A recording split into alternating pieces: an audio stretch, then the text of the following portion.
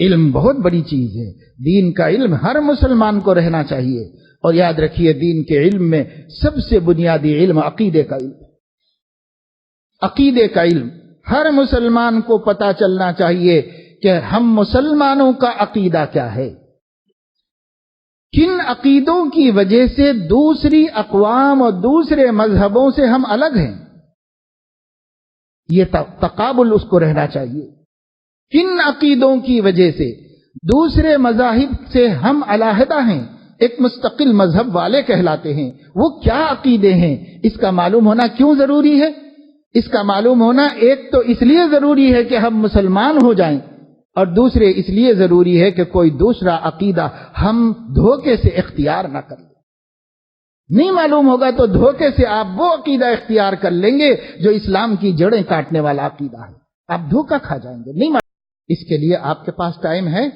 آپ نے کبھی اس علم کو حاصل کرنے کی ضرورت سمجھی ہے؟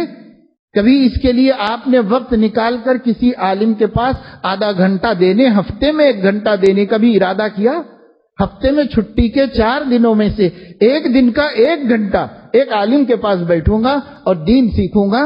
آج تو میں آپ کو بصیرت کے ساتھ اپنی جانکاری اور معلومات کی بنیاد پہ بتا رہا ہوں کہ بہت سے لوگوں کو علماء تک جانے سے بھی روک رہے ہیں باقاعدہ. وہ ضرورت نہیں ہے آپ کو، نہیں سب کوئی ضرورت نہیں. آپ کے پاس اتنا وقت بھی نہیں ہے. ایک کو خیال آیا تو اس کو جانے بھی نہیں دے رہے ہیں. تو اپنا دین سلامت کیسے لے جاؤ گے دنیا سے؟ اپنا دین دنیا سے سلامت کیسے لے جاؤ گے؟ اب بات میرے دوستو ملک بھر میں گھومتے پھرتے رہنے، بڑے بڑے اکابر علماء کرام کے ساتھ اٹھنے بیٹھنے، عوام الناس سے ملنے، علاقوں کے حالات کو دیکھنے، ہر جگہ کی صورتحال کو کانوں سے سننے اور وہاں کے ذمہ داروں کی زبان سے سننے کے بعد میں آپ سے کہتا ہوں آج مسئلہ دین کی حفاظت کا نہیں ہے، آج مسئلہ ایمان کی حفاظت کا. اب دین کی حفاظت کی باتیں پرانی ہو گئیں، پیچھے چلے گئیں.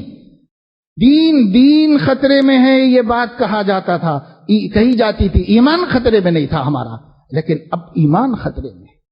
ایمان خطرے میں ہے. اب دین بچانا نمبر 2 پہ گیا ہے.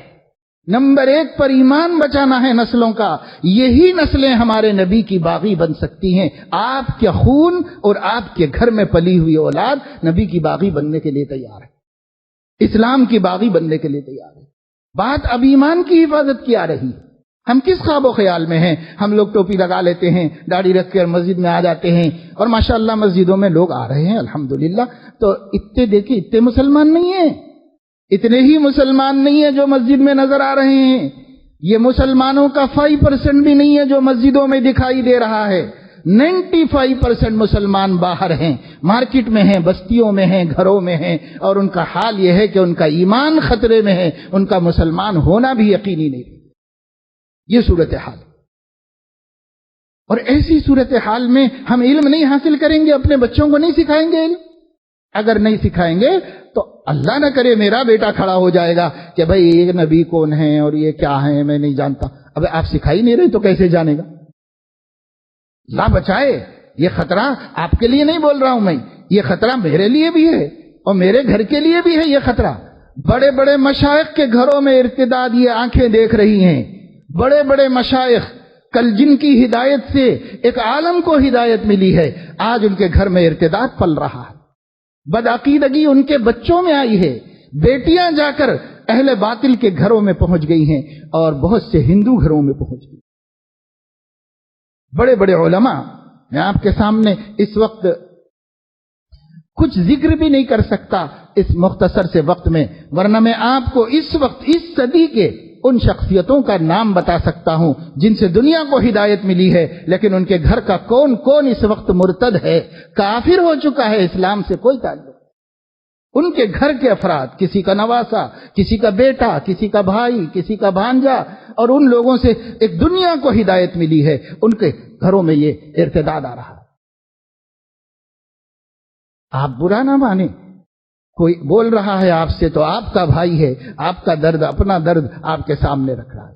آپ اس پہ غور نہ کریں، ہم کو ایسا کہا جا رہا، ہم کو ایسا کہا جا رہا، کسی کو برا نہیں کہا جا رہا ہے بھائی۔ اس وقت آگ لگ رہی ہے، آگ کی بجھانے کی بات کی جا رہی ہے۔ سب اپنے ہیں، سب کو بچانا ہے، سب کو بچانا ہے۔ اگر سنجیدگی سے نوٹس نہیں لیں گے، اگر ہم سنجیدگی سے غور نہیں کریں گے اور ان اسباب کو نہیں اختیار کریں گے جن اسباب کی آج ہم ضرورت نہیں سمجھ رہے ہیں، ان اسباب کو اختیار نہیں کریں گے تو اگلا زمانہ پھر امت روئے گی، ایمان کو ترسے گی امت، ایسا وقت